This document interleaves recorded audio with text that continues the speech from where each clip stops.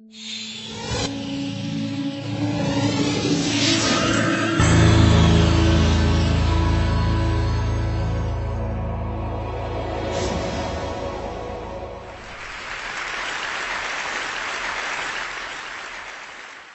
morning. How are you? It's been great, hasn't it? I've been blown away by the whole thing. In fact, I'm leaving.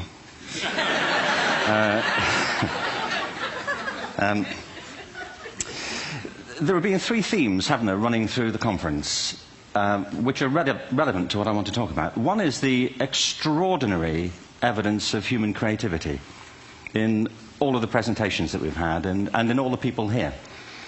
Just the variety of it and the range of it. The second is that it's put us in a place where we have no idea what's going to happen in terms of the future. No idea how this may play out. I have an interest in education. Actually, what I find is everybody has an interest in education. Don't you? I find this very interesting. If you're at a dinner party and you say you work in education, actually, you're not often at dinner parties, frankly. If you work in education, you're not asked, and you're never asked back, curiously. That's I think it strikes me. But if you are, and you say to somebody, they say, "What do you do?" and you say you work in education, you can see the blood run from their face. They think, "Oh my God, why me?" It's my one night out all week. But if you ask people about their education, they pin you to the wall.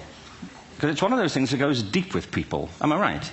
Like religion and money and other things. So I have a big interest in education, and I think we all do. We have a huge vested interest in it, partly because it's education that's meant to take us into this future that we can't grasp. If you think of it, children starting school this year will be retiring in 2065. Nobody has a clue, despite all the expertise that's been on parade for the past 4 days, what the world will look like in 5 years' time. And yet we're meant to be educating them for it. So the unpredictability, I think, is extraordinary. And the third part of this is that we've all agreed, nonetheless, on the really extraordinary capacities that children have, their capacities for innovation. I mean, Serena last night was a marvel, wasn't she? Just seeing what she could do. And she's exceptional, but I think she's not, so to speak, exceptional in the whole of childhood. What you have there is a person of extraordinary dedication who found a talent. And my contention is all kids have tremendous talents, and we squander them pretty ruthlessly. So I want to talk about education, and I want to talk about creativity. My contention is that creativity now is as important in education as literacy, and we should treat it with the same status. Thank you.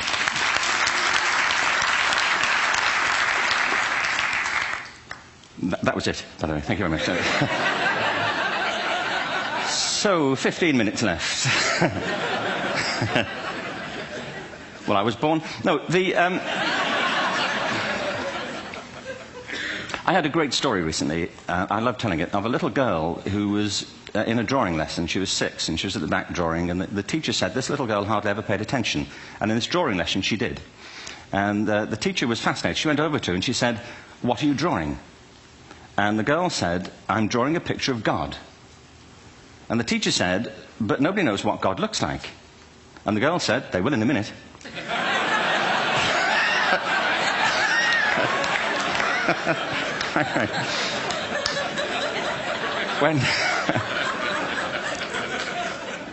When my son was 4 in England, actually he was 4 everywhere, to be honest. I mean,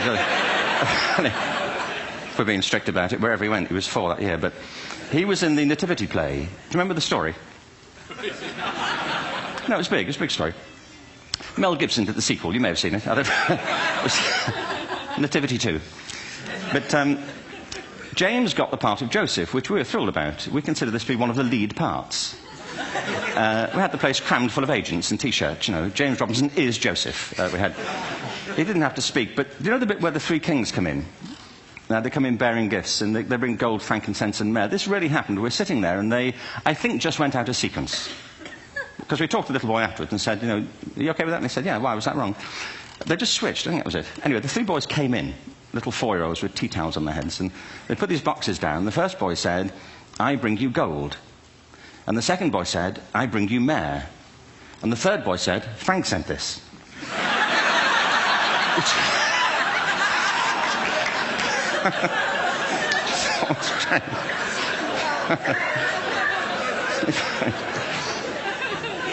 What these things have in common is that kids will take a chance.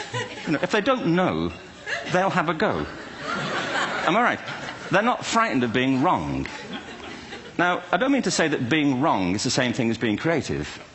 What we do know is, if you're not prepared to be wrong, you'll never come up with anything original. If you're not prepared to be wrong. And by the time they get to be adults, most kids have lost that capacity. They have become frightened of being wrong. And we run our companies this, by the way. We stigmatize mistakes.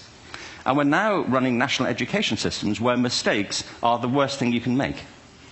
And the result is that we are educating people out of their creative capacities.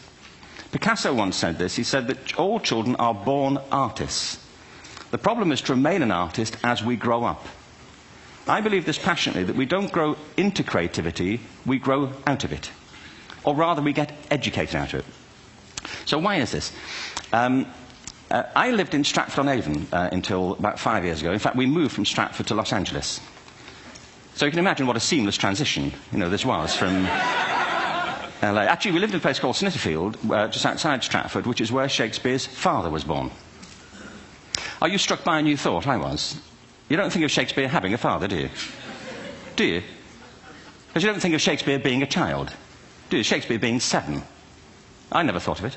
I mean, he was 7 at some point. He was in somebody's English class, wasn't he? Do you understand? Really? How annoying would that be?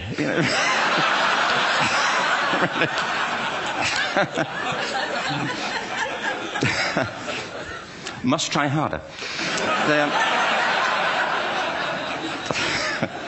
Being sent to bed by his dad, to Shakespeare. Go to bed now, to William Shakespeare, and put the pencil down. And stop speaking like that. It's confusing everybody.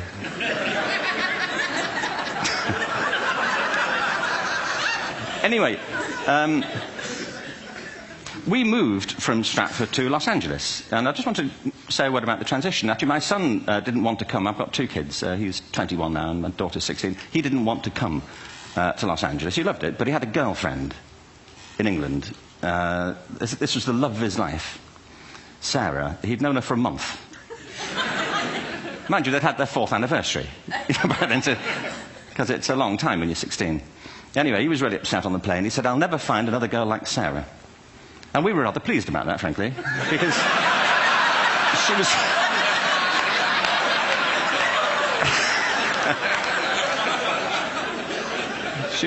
she was the main reason we were leaving the country.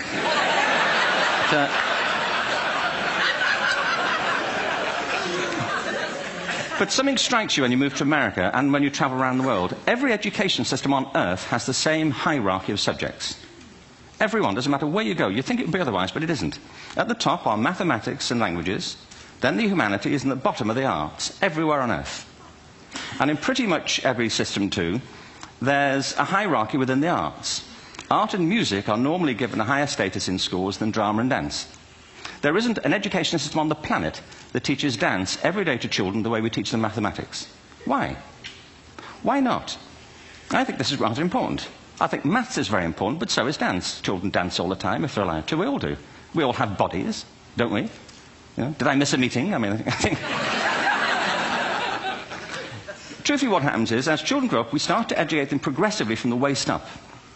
And then we focus on their heads, and slightly to one side. If you were to visit education as an alien and say, what's it for, public education, I think you'd have to conclude, if you look at the output, who really succeeds by this, who does everything they should, who gets all the brownie points, who are the winners. I think you'd have to conclude the whole purpose of public education throughout the world is to produce university professors. Isn't it? They're the people who come out the top. And now, I used to be one. So there. And I like university professors, but, you know, we shouldn't hold them up as the high watermark of all human achievement. They're just a form of life. You know, another form of life. But they're rather curious, and I say this out of affection for them. There's something curious about professors. In my experience, not all of them, but typically, they live in their heads. They live up there, and slightly to one side. They're disembodied, you know, in a kind of literal way. You know, they look upon their body as a form of transport for their heads.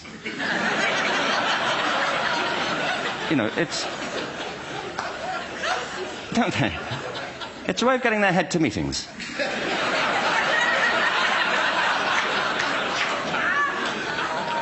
If you want real evidence of out-of-body experiences, by the way, get yourself along to a residential conference for senior academics and pop into the discotheque on the final night. And there you will see it. Grown men and women writhing uncontrollably off the beat. Waiting till it ends so they can go home and write a paper about it. Now, our education system is predicated on the idea of academic ability.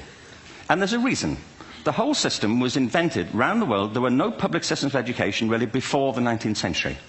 They all came into being to meet the needs of industrialism. So the hierarchy is rooted on two ideas. Number one, that the most useful subjects for work are at the top. So you were probably steered benignly away from things at school when you were a kid, things you liked, on the ground you would never get a job doing that. Is that right? Don't do music, you're not going to be a musician. Don't do art, you won't be an artist. Benign advice. Now, profoundly mistaken. The whole world is engulfed in a revolution. And the second is academic ability, which has really come to dominate our view of intelligence because the universities designed the system in their image. If you think of it, the whole system of public education around the world is a protracted process of university entrance. And the consequence is that many highly talented, brilliant, creative people think they're not, because the thing they were good at school wasn't valued or was actually stigmatized. And I think we can't afford to go on that way. In the next 30 years, according to UNESCO, more people worldwide will be graduating through education than since the beginning of history. More people. And it's the combination of all the things we've talked about, technology and its transformational effect on work, and demography and the huge explosion in population. Suddenly, degrees aren't worth anything. Isn't that true? When I was a student, if you had a degree, you had a job. If you didn't have a job, it's because you didn't want one. And I didn't want one, frankly. So, but now, kids with degrees are often heading home to carry on playing video games. Because you need an MA, where the previous job required a BA, and now you need a PhD for the other. It's a process of academic inflation, and it indicates the whole structure of education is shifting beneath our feet. We need to radically rethink our view of intelligence. We know three things about intelligence. One, it's diverse. We think about the world in all the ways that we experience it. We think visually, we think in sound, we think kinesthetically, we think in abstract terms, we think in movement. Secondly, intelligence is dynamic. If you look at the interactions of a human brain, as we heard yesterday from a number of presentations, intelligence is wonderfully interactive. The brain isn't divided into compartments. In fact, creativity, which I define as the process of having original ideas that have value, more often than not, comes about through the interaction of different disciplinary ways of seeing things. The brain is intentionally... By the way, there's a shaft of nerves that joins the two halves of the brain called the corpus callosum. It's thicker in women. Following on from Helen yesterday, I think this is probably why women are better at multitasking. Because you are. Aren't you? There's a raft of research, but I know it from my personal life. If my wife is cooking a meal at home, which is not often, thankfully, but, you know, if she's doing... No, she's good at some things. But if she's cooking, you know, she's dealing with people on the phone, she's talking to the kids, she's painting the ceiling, you know, she's doing open heart surgery over here. If I'm cooking, the door is shut, the kids are out, the phone's on the hook. If she comes in, I get annoyed. I say, Terry, please, I'm trying to fry an egg in here. You know, really.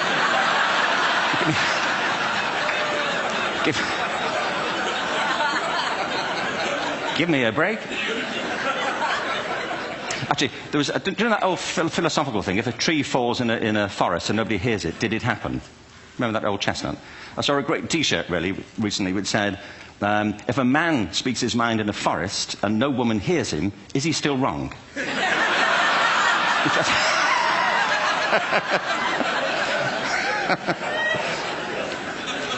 And the third thing about intelligence is it's distinct. I'm doing a new book at the moment called Epiphany, which is based on a series of interviews with people about how they discovered their talent. I'm fascinated by how people got to be there. It's really prompted by a conversation I had with a wonderful woman who most people have never heard of. She's called Gillian Lynn. Have you heard of her? Some have. She's a choreographer, and everybody knows her work. She did Cats and Phantom of the Opera. She's wonderful. I used to be on the board of the Royal Ballet in England, as you can see. And anyway, Gillian and I had lunch one day. I said, how'd you get to be a dancer? And she said it was interesting. When she was at school, she was really hopeless. And the school in the 30s wrote to her parents and said, we think Gillian has a learning disorder. She couldn't concentrate, she was fidgeting. I think now they'd say she had ADHD. Wouldn't you? But this was the 1930s, and ADHD hadn't been invented, at this point, so it wasn't an available condition. People weren't aware they could have that. Anyway, she went to see this specialist. So this oak-panelled room, and she was there with her mother, and she was led and sat on this chair at the end, and she sat on her hands for 20 minutes while this man talked to her mother about all the problems Gillian was having at school. And at the end of it, because she was disturbing people, their homework was always late and so on, little kid of 8, in the end, the doctor went and sat next to Gillian and said, Gillian, I've listened to all these things that your mother's told me. I need to speak to her privately. So he said, wait here, we'll be back, we won't be very long, and they went and left her. But as they went out the room, he turned on the radio that was sitting on his desk. And when they got out the room, he said to her mother, just stand and watch her. And the minute they left the room, she said she was on her feet, moving to the music. And they watched for a few minutes, and he turned to her mother, and he said, Mrs. Lynn, Gillian isn't sick, she's a dancer. Take her to a dance school. I said, what happened? He said, she did. I can't tell you how wonderful it was. We walked in this room, and it was full of people like me. People who couldn't sit still. People who had to move to think. They did ballet, they did tap, they did jazz, they did modern, they did contemporary. She was eventually auditioned for the Royal Ballet School. She became a soloist. She had a wonderful career at the Royal Ballet.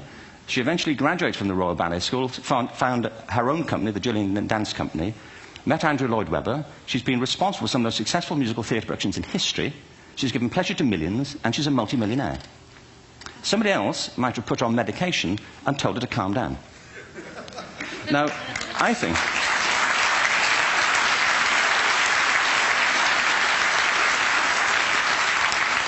What I think it comes to is this. Al Gore spoke the other night about ecology and the revolution that was triggered by Rachel Carson. I believe our only hope for the future is to adopt a new conception of human ecology, one in which we start to reconstitute our conception of the richness of human capacity. Our education system has mined our minds in the way that we strip mine the earth for a particular commodity, and for the future it won't serve us. We have to rethink the fundamental principles on which we're educating our children. There was a wonderful quote by Jonas Salk, who said, if all the insects were to disappear from the earth, within 50 years, all life on earth would end. If all human beings disappeared from the earth, within 50 years, all forms of life would flourish. And he's right. What TED celebrates is the gift of the human imagination. We have to be careful now that we use this gift wisely and that we avert some of the scenarios that we've talked about. And the only way we'll do it is by seeing our creative capacities for the richness they are and seeing our children for the hope that they are. And our task is to educate their whole being so they can face this future. By the way, we may not see this future, but they will. And our job is to help them make something of it. Thank you very much. Bravo. Here.